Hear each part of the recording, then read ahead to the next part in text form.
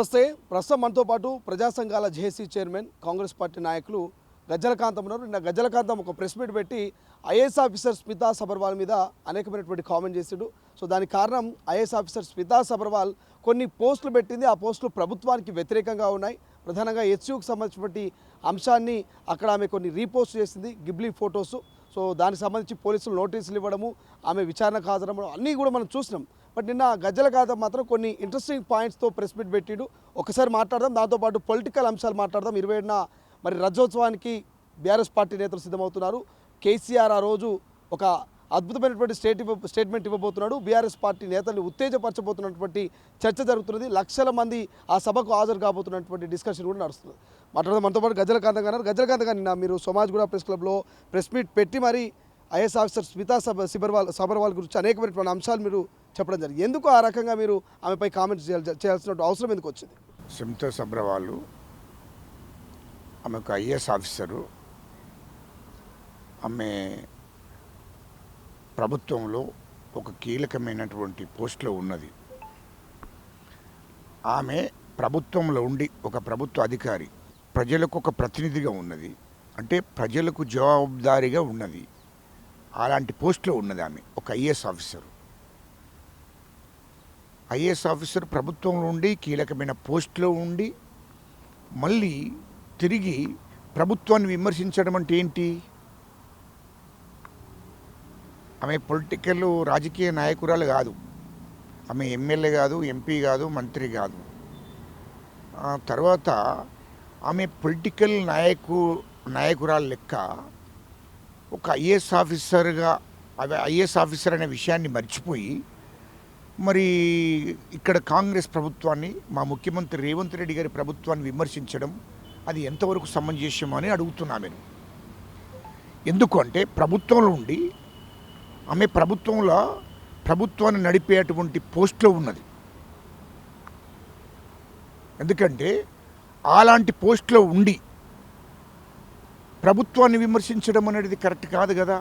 రెండవది, 400 ఎకరాలలో 400 ఎకరాలు అనే విషయం అది ప్రభుత్వానికి తెలుసు. అంటే ప్రభుత్వం మీనింగ్ ఏంటి?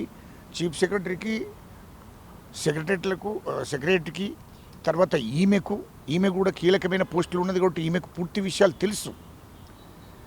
తెలిసి ఉండి ఎవడో వాడు కేటీఆర్ డగులుబాజీ అబద్ధాలు ఆడుకుంటూ తిరిగేటోడు. అదేవిధంగా వైజాగ్లో జరిగినటువంటి అడవిలో జరిగినటువంటి ఆ యొక్క ఫోటోలను, అక్కడ వీడియోలను మాడిఫై చేసి అక్కడ జింకలు, ఆ మధ్యకాలంలో అక్కడ జింకలు చనిపోయింది, తర్వాత అక్కడ ఉరికేడిది, దునికేడిది, ఇవన్నీ కూడా అక్కడి ఫోటోలు అవి వైజాగ్, అవన్నీ మాడిఫై చేసి ఇక్కడ తెలంగాణ ప్రజలను తప్పుదో పట్టియాలని ఆలోచన చేసి ఒక దుర్మార్గమైన ఆలోచన చేసిండు కేటీఆర్. తర్వాత సుప్రీంకోర్టును కూడా తప్పుదో పట్టించే కార్యక్రమంలో అలాంటి కార్యక్రమం చేశాడు. ఆ ఫోటోలను తీసి, ఆ వీడియోలను తీసి మాడిఫై చేసి మొత్తం సోషల్ మీడియాలో పెట్టిండు, మీడియా ముందు పెట్టిండు. ఆ కుతంత్రాలు చేసిండు కేటీఆర్ ఈ ప్రజలను తప్పుదో పట్టియడం కోసం. చివరికి సుప్రీంకోర్టును కూడా తప్పుదో పట్టియడం కోసం ప్రయత్నం చేసిండు. దాన్ని ఇమీడియట్లీ మళ్ళీ కాంగ్రెస్ ప్రభుత్వం, రాష్ట్ర ప్రభుత్వం, మా ముఖ్యమంత్రి రేవంత్ రెడ్డి గారు ఆలోచన చేసి అర్జెంటుగా మళ్ళీ దాని మీద పూర్తిగా విచారణ చేసి అధికారులతో మాట్లాడి ఎక్కడి నుండి వచ్చిన వీడియోలు అని చెప్పి, ఆ వీడియోలు అవి ఇక్కడి కాదు కదా, ఎక్కడి ఆ వీడియోలు అసలు అని చెప్పి దాని మీద విచారణ చేస్తే అవన్నీ మాడిఫై చేసిన వీడియోలని తేలిపోయింది. దాని మీద ప్రభుత్వం విచారణ చేస్తుంది, ప్రభుత్వం చర్యలు తీసుకుంటుంది. అది వేరే సబ్జెక్టు. అది మా ముఖ్యమంత్రి గారు చేయవలసిన పని చేస్తాడు. అక్కడ ఉన్నటువంటి క్యాబినెట్ మంత్రులు, అధికారులు వాళ్ళ పనులు వాళ్ళు చేస్తున్నారు. అది జరుగుతున్న క్రమంలో మరి మేము ఒక ఐఏఎస్ ఆఫీసర్గా ఉండి వీళ్ళు 400 ఎకరాలలో అది కరెక్ట్ కాదు అని చెప్పి, అది అడవి ప్రాణులు లేకుండా చేసిండ్రు, అడవి ప్రాణులు దెబ్బతిన్నాయి, చెట్లను కొట్టేయడం కరెక్ట్ కాదు, కానీ గజలకన్న గారు ఇప్పుడు గతంలో మీరు చూసిరు అదే స్మితా సబర్వాల్ గారు కేసీఆర్ ప్రభుత్వం ఉన్నప్పుడు బీఆర్ఎస్ ఉన్నప్పుడు 10 ఏళ్ల పాటు పనిచేశారు కానీ ఎప్పుడూ ప్రభుత్వం మీద ఈ రకమైనటువంటి పోస్టులు చేయలేదు కానీ ఇప్పుడే ఎందుకు చేయాల్సి వచ్చింది అంటారు. అందుకోసమే ఈ పోస్టులు చేసి ట్విట్టర్లో పెట్టి సోషల్ మీడియాలో పెట్టి వాటిని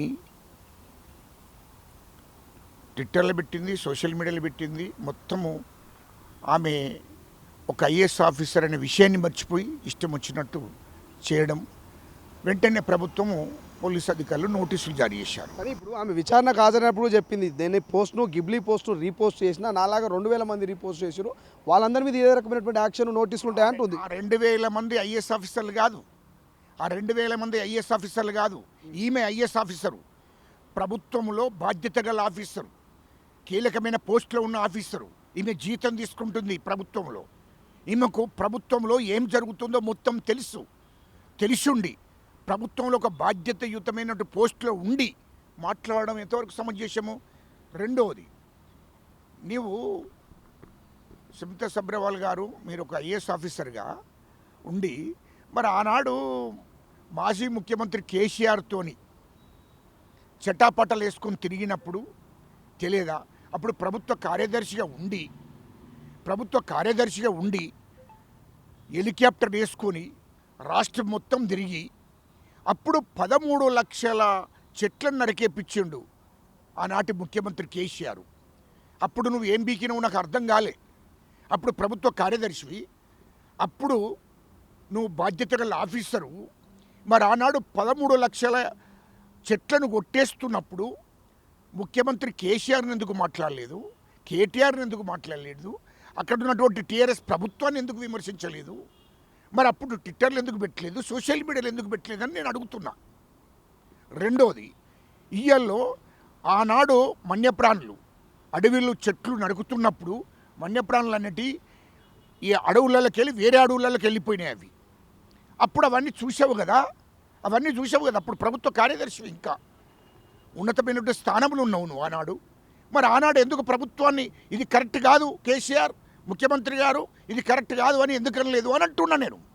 ఎందుకు మాట్లాడలేదు ఆ రోజు, ఎందుకు ట్విట్టర్లో పెట్టలేదు, ఎందుకు సోషల్ మీడియాలో పెట్టలేదు నేను అడుగుతున్నా. అదేవిధంగా ఇవాళ కాళేశ్వరానికి నీవు హెలికాప్టర్ వేసుకొని పోయినావు కదా, అక్కడ మొత్తం ఆ పనులన్నీ నువ్వే చూసుకున్నావు కదా. మరి అందులో 70,000 కోట్ల అంచనా 150,000 కోట్లకు పెంచాడు.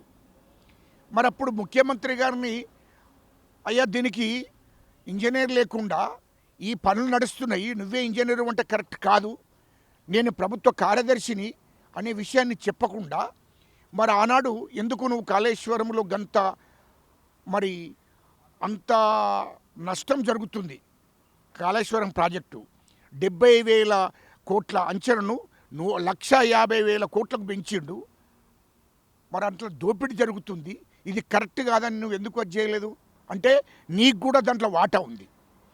అదేవిధంగా మల్లన్న సాగరు రాష్ట్రంలో ప్రతి ప్రాజెక్టులో విద్యుత్ దాంట్లో అన్నిట్లో నువ్వు భాగస్వామ్యం అయినవు కాబట్టి వాళ్ళు ఆనాటి ముఖ్యమంత్రి కేసీఆర్ 1,00,000 కోట్లు వాళ్ళు దోస్తే 1,000 కోట్లు నువ్వు కూడా దోసుకున్నావు కదా, ఇది వాస్తవమే కదా. అంటే నువ్వు ఆనాడు ముఖ్యమంత్రికి ఒక హెలికాప్టర్, కేటీఆర్కి ఒక హెలికాప్టర్, నీకు ఒక హెలికాప్టర్. మీ మంత్రులు కూడా హెలికాప్టర్లు వాడుతున్నాడు కదా, కేటీఆర్ చెప్తున్నాడు అవసరం లేని చోటికి కూడా కేటీఆర్ హెలికాప్టర్లో వేసుకొని పోతున్నట్టు కదా. ఇప్పుడు ఎవడన్నాడా అది? కేటీఆర్ అంటున్నాడు అఫీషియల్గానే. మీ మంత్రులు ఉత్తమ్ కుమార్ రెడ్డి కావచ్చు, వెంకటరెడ్డికి పోతున్నారు కదా. లుచ్చా నా కొడుకులు మాట్లాడతారు గట్లనే. ఇది ప్రభుత్వము, ఇది ప్రజల ప్రభుత్వము, ప్రజా పరిపాలన నడిపిస్తున్న ప్రభుత్వము. మా ముఖ్యమంత్రి రేవంత్ రెడ్డి గారు అవసరం ఉంటేనే హెలికాప్టర్ను ఉపయోగించుకుంటాడు.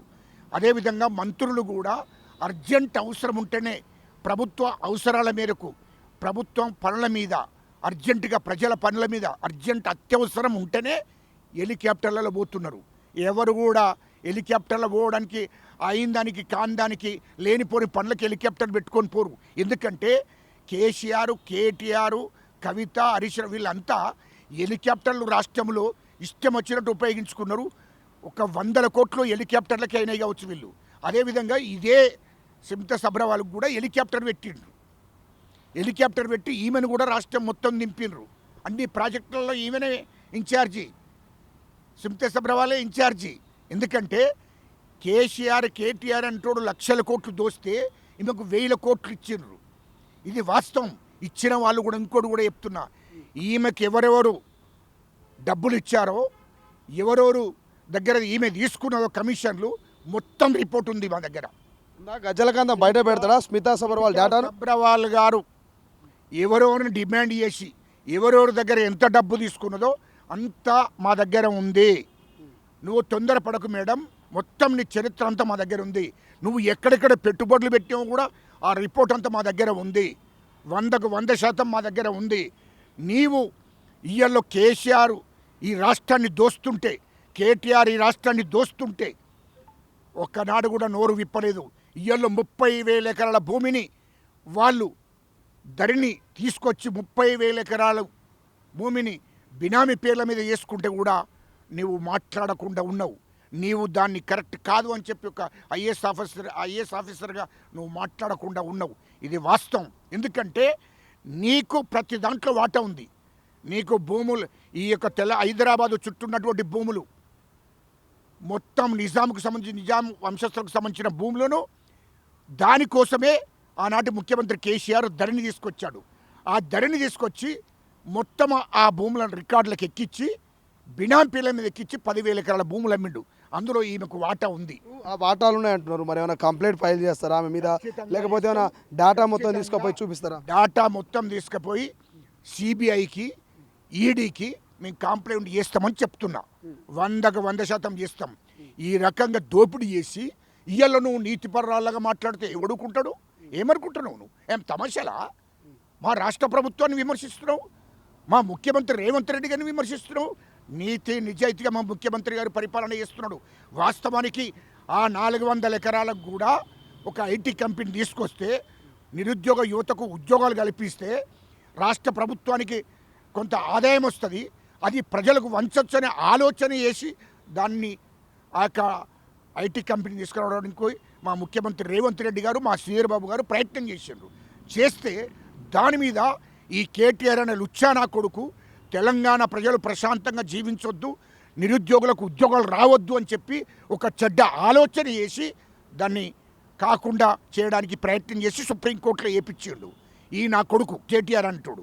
అంటే ఇవన్నిటికీ మొత్తం స్మితా సబర్వాల్ గారు ఆ కేసీఆర్కు కేటీఆర్కు మద్దతు చేసుకుంటూ వాళ్లకు ఏజెంట్గా తయారై మొత్తం ఆ రోజు 10 ఏళ్ళు ఆ ప్రభుత్వంలో మొత్తం దోచిన డబ్బు అంతా ఉంది కదా. కాబట్టి ఆ విధంగా ఆలోచన చేసి, ఎందుకంటే కాంగ్రెస్ ప్రభుత్వంలో ₹1 దొరకదు. ఎందుకంటే ఇది ప్రజల ప్రభుత్వము. ప్రజల కోసం ఏది చేసినా ప్రజల కోసం కష్టపడాలి. ఇవాళ ఇట్లాంటి దోపిడీ జరగదు ఇక్కడ. కాబట్టి ఆమెకు నచ్చుతలేదు ఈ ప్రభుత్వం. ఎందుకంటే కేసీఆర్ లెక్క కేటీఆర్ లెక్క చెట్టపట్టలు వేసుకొని రామ్మాని మా ముఖ్యమంత్రి తిరిగేటోడు కాదు, స్వార్థ ప్రయోజనాల కోసం పనిచేసేటోడు కాదు, అదేవిధంగా రాష్ట్ర ప్రభుత్వాన్ని దోద్దాం అనేటోడు కాదు. ఎందుకంటే ప్రతిదీ కూడా ఏ స్కీములైనా ప్రజలకు అందాలని చూసేటోడు మా ముఖ్యమంత్రి గారు. ఏది అయినా ప్రతి రూపాయి కూడా ఇది ప్రజలకు ఎందాలి. ఈ ప్రభుత్వంలో ప్రభుత్వ ఖజానాలో డబ్బు ప్రతి రూపాయి కూడా ప్రజలకు ఎందాలని ఆలోచన చేసేటోడు మా ముఖ్యమంత్రి గారు. మా యొక్క ఐటీ మంత్రి శ్రీధర్ బాబు గారు, మా ఉత్తమ్ కుమార్ రెడ్డి గారు, మా కేబినెట్ మంత్రులంతా కూడా వాస్తవానికి ప్రజలకు ఉపయోగపడే పనులే చేస్తున్నారు. కాబట్టి ఈమెకు నచ్చలేదు. ఈమెకు ఎందుకంటే ఈమెకు లేకుంటే ఈ ప్రాజెక్టుల పేరు మీదనో లేకుంటే ఈ భూములన్నో దాంట్లో కమిషన్ మా వాళ్ళు దోపిడీ చేయరు. మా ప్రభుత్వమే, కాంగ్రెస్ ప్రభుత్వం అయితే నీతి నిజాయితీగా ప్రజా పరిపాలన చేస్తుంది. దీంట్లో ఆమెకు డబ్బులు దొరుకుతలేవు. కాబట్టి మా ముఖ్యమంత్రి మీద కోపం ఆమెకు. రైట్. ఒక క్వశ్చన్ స్ట్రేట్గా అడుగుతా గజ్జలకాంత గారు, ఇంత అవినీతి జరిగింది, ఇంత స్కామ్లలో ఇన్నిట్లలో పాల్గొన్నది గత ప్రభుత్వంతో అని చెప్పి మీరు క్లియర్ చెప్తున్నారు. నిజంగానే పైసలు సంపాదించి నిజంగానే ఆస్తులు నిజంగా ఆమెకు ఒకవేళ కూడబెట్టుకుంటే మీరు ఫిర్యాదు చేయడానికి సిద్ధంగా ఉన్నారా? ఒకవేళ ఎప్పుడు ఫిర్యాదు చేస్తారు ఈడీకి? ఖచ్చితంగా ఈడీకి, రాష్ట్ర ప్రభుత్వానికి కూడా నేను కంప్లైంట్ చేస్తాను. ఈడీకి కూడా కంప్లైంట్ చేస్తాను, సిబిఐకి కూడా కంప్లైంట్ చేస్తాను. ఎందుకంటే ఆమె ఐఏఎస్ ఆఫీసరు, ఆమె జీతం ఎంత, ఆమెకు టీఏలు డిఏలు అవన్నీ ఉంటాయి కదా, ప్రభుత్వ రికార్డు ఉంటుంది కదా, ఆమెకి ఎంత నెలకు ఎంత వస్తుంది. ఇప్పుడు ఎన్ని ఆస్తులు ఉన్నాయి? 2014 వరకు ఈమె ఆస్తులు ఎంత, 2014 తర్వాత 2014 నుంచి 2023 దాకా ఆమె ఆస్తులు ఎంత అవిటి మీద విచారణ చేసుడు. తర్వాత ఆమె బినామీ పేర్ల మీద పెట్టింది పెట్టుబడులు. ఆ బినామీ ఎవరు కూడా మాకు తెలుసు. ఈ స్మితా సబర్వాల్ గారు బినామీ పేర్ల మీద పెట్టింది. ఆ రిపోర్ట్ కూడా మాకుంది. ఎక్కడెక్కడ పెట్టుబడులు పెట్టిందో మొత్తం ఉన్నది డాటా తీసుకున్నాకనే మాట్లాడుతున్నా. నేను ఇన్ని రోజులు ఎందుకు మాట్లాడలేదంటే ఆమె మొత్తం డాటా అంతా తీసుకున్నాకనే మాట్లాడుతున్నా. రైట్. కేసీఆర్ 27వ తారీఖున భారీ బహిరంగ సభను పెట్టబోతున్నాడు. 25 ఏళ్ళు బీఆర్ఎస్ పార్టీ కంప్లీట్ అయింది. రథోత్సవ సభ భారీ ప్లానింగ్ చేస్తున్నారు. లక్షల్లో జనాలు వస్తారు. ఈ సభ తర్వాత బీఆర్ఎస్ పార్టీకి సంబంధించి క్యాడర్ జోష్ ఉంటుంది. తెలంగాణ రాష్ట్ర రాజకీయాల్లో మార్పు వస్తుంది అనేటువంటి నమ్మకం కనిపిస్తూ ఉంది కేటీఆర్ హరీష్ రావులో. మీకేమనిపిస్తుంది? సభ తర్వాత ఎట్లా పోతుంది? ఏంటిదే ఏం మార్పు వస్తుంది? మార్పు వస్తుంది. ఏం మార్పు వస్తుందా? ఎవడే గాడి కొడుకు అన్న గాడి కొడుకు ఎవడే ఏం మార్పు వస్తుందా? వీళ్ళు 10 ఏళ్ళు దోషింది ప్రజలకు తెలియదు అనుకుంటున్నారేంది? 10 ఏళ్ళు దోషింది 100 సంవత్సరాలైనా మర్చిపోరు. తెలంగాణ ప్రజలు గుర్తుపెట్టుకోండి, 100 సంవత్సరాలైనా మర్చిపోరు. ఈ నా కొడుకులు కేసీఆర్, కేటీఆర్, కవిత వీళ్ళంతా కలిసి రాష్ట్రాన్ని 10 ఏళ్ళల్లో విపరీతమైన దోషిండ్రు. 7 లక్షల కోట్ల అప్పు చేసిండ్రు రాష్ట్రానికి. రాష్ట్ర ప్రజల మీద భారం మోపిండ్రు. రాష్ట్ర ఖజానాను ఖాళీ చేసిండ్రు. ఇయ్యల్లో 7 లక్షల కోట్లు దోసి దాంట్లో 3 లక్షల కోట్లు వీళ్ళు సొంతగా వాళ్ళ కుటుంబం కోసం దోసుకున్నారు. 3 లక్షల కోట్లు దోసుకున్నారు. అలాంటి దుర్మార్గులను తెలంగాణ ప్రజలు నమ్ముతారా? తెలంగాణ ప్రజలు నమ్ముతారా? ఒకటే అడుగుతున్నా సూటిగా.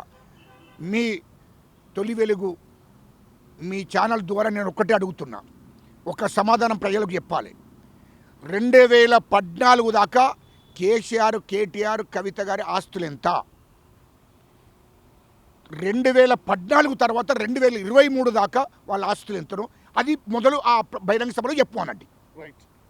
ఖచ్చితంగా ఇది మొత్తం మీద స్మితా సబర్వాల్కి సంబంధించి నిన్న గజ్జలకాంతం గారు ప్రెస్ మీట్ పెట్టడం జరిగింది సోమాజిగూడ ప్రెస్ క్లబ్లో.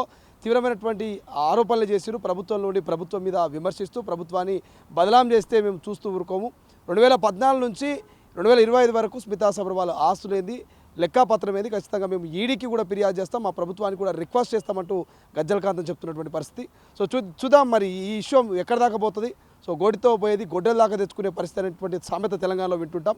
మరి స్మితా సబర్వాల్ చిన్న పోస్టును రీపోస్ట్ చేస్తూ ఇంకాస్త రెట్టింపు ఉత్సాహంతో పోస్టుల మీద పోస్టులు పెడుతూ ఇక్కడ దాకా తీసుకొచ్చింది.